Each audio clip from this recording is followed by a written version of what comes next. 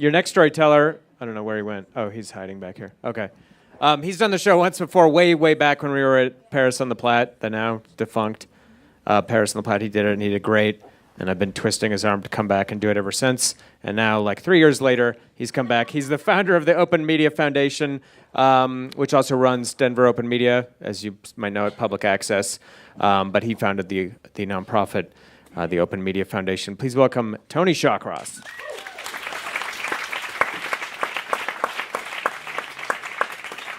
I want to just first say thanks to Andrew and Ron. I love Denver. There's a lot of cool things going on in Denver all the time, but this is one of them. This is one of those things that makes me happy to live in Denver and proud to live in Denver, and there's so many good things going on at Buntport. So thanks to Sam and Aaron and whatever other Buntporters are here, and to Ron and Andrew. So yeah, I run a nonprofit about a block from here called the Open Media Foundation. And 8 or 9 years ago, I had my first foray into anything resembling like organized self-help. That's the theme of this show this month. When a board member suggested I take a workshop, many of you probably heard of, called the Landmark Forum. We were launching these 3 TV stations, Denver Open Media, which Andrew just mentioned. I had a very different vision from some of my board members about how those TV stations should be run. And this schism kind of grew between me and my board members so deeply that one week I found out from a new board member that the board was going to have a vote the coming Monday about possibly removing me as director of this foundation, this nonprofit that I had started. And she knew I'd be kind of like stressing about it all weekend. And she's like, there's this cool workshop going on Friday, Saturday, Sunday. You should maybe just do it. It'll probably put you in a good headspace, keep you from just stressing out about things. And a couple other people had told me about it. So I just said, good. And I signed up and I went. And you can't summarize. It's like 50 hours of stuff crammed into 3 days. You can't really summarize all you get from it. But my main takeaway from it was just this message that like life is empty and meaningless, and that and that only when you get to this like realization of life being empty and meaningless can you kind of cast aside the meaning that we're all just born into and this meaning that we inherit in life and really create and generate our own meaning of life. You also learn that a lot of our worldviews and our kind of knee-jerk reactions to things in our life come from these formative experiences when we're really young, and that if we can look at life now and be in the present, we don't have to be reactive to this world that we live in. We don't have to respond through these worldviews that we formed for this 6-year-old brain or whatever. We can be present in the here and now and choose in any moment who and how you want to be. And another lesson, which I'm going to share with you in more detail, that one of the keys to happiness and to peace in life is to relate to the cards you're dealt in life as if you chose them, to choose your lot in life. You know, at any point we have this choice to exist or not to exist, and we can't really say, I choose life, I like this universe, I like that the universe exists, I'm glad I'm a part of it, but I don't like this piece or that piece, because to choose your life, to choose life and existence and not face the realities that are part of that life is crazy making. It's neurotic. So there's like 100 or 200 people in this drab room, and this Landmark Forum leader over the first like day or two really does a great job of getting us all to kind of choose our lot in life and to be at peace with whatever we've gone through. I won't get any of his words or concepts right, but generally he just like puts it in perspective. He talks about, this stardust that's floating through the universe that coalesces into these stars and planets and, later plant life and bugs and dinosaurs and humans and these molecules mixing and remixing until one day they, comprise you and these experiences that you're going through for this flash of time. You're part of this existence of the universe, and you get to be aware of your part in this existence of the universe. It really did a good job of putting kind of all of our problems into perspective. And we're all kind of like at peace. I'm at peace with my dog having died. I'm at peace with these moron board members that want to fire me from my job. And, the whole group's kind of come to peace and at a place where they're kind of choosing their life, except this one old dude who just keeps like standing up, and he's angry and he's shaking his head. And I've always had disdain for old people because they remind me of my own death. And I was just like, come on, that's supposed to be a joke, but it's a little bit true too.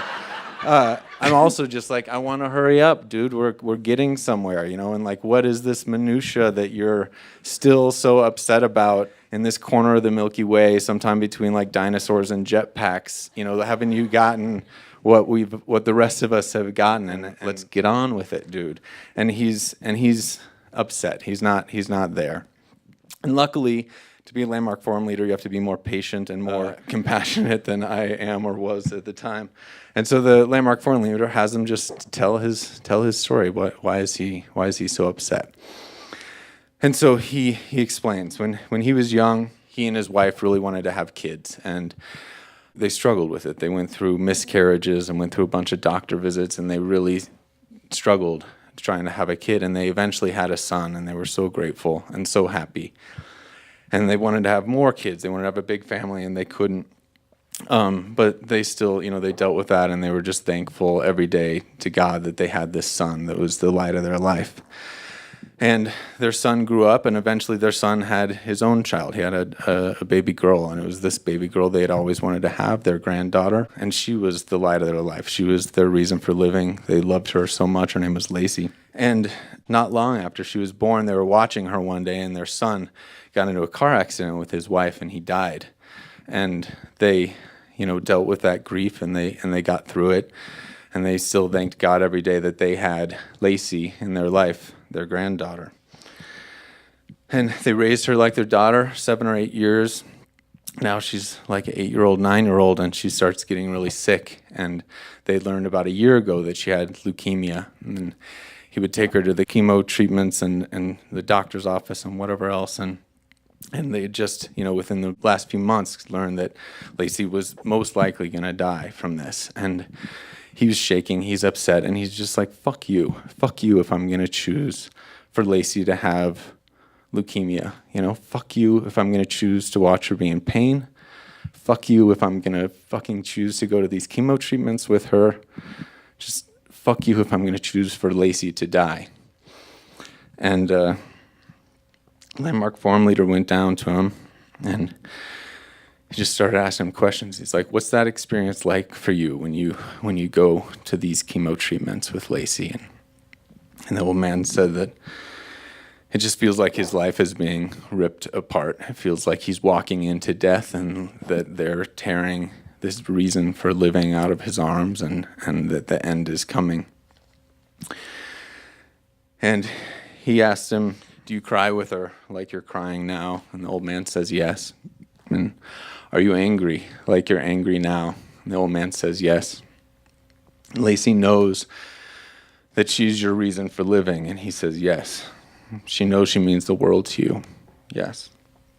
And he said, think about Lacey. She knows she's dying. She's living through pain, and as much as she is your world, you don't even know what it's like for someone to be your world than someone like her who's this grandpa is all she really has. And for her to see you so defeated and so upset and so angry, just raging against the universe and these cards you were dealt, think about that, what that creates, what that adds to her experience.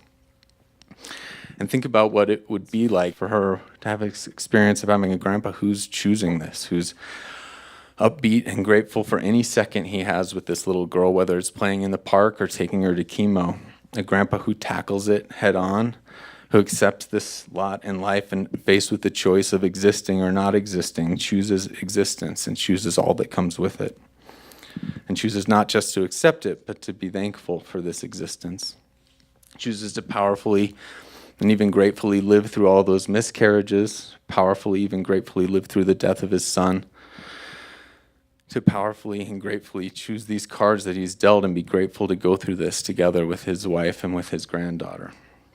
Because it's all or nothing, he said. The first choice we get in every moment is to exist, yes or no. And if you choose existence, which includes loved ones dying and includes your board members wanting to fire you, you choose that or you choose nothing. And if you choose existence and to be a part of it, in every moment you get to choose who and how you want to be. So he said, choose to be a light in Lacey's life. When it's time for chemo, be that grandpa who jumps up and tackles it and chooses it and lives in the gratitude of being part of this existence. Grateful that you had a son and a granddaughter. Grateful that you get to spend one more minute with her in that moment and every moment until she's gone, and then live in gratitude for that. Because loss hurts and pain hurts, but it's part of existence. And think about that existence. Think about all your life. This existence is beautiful. That's what I got out of it.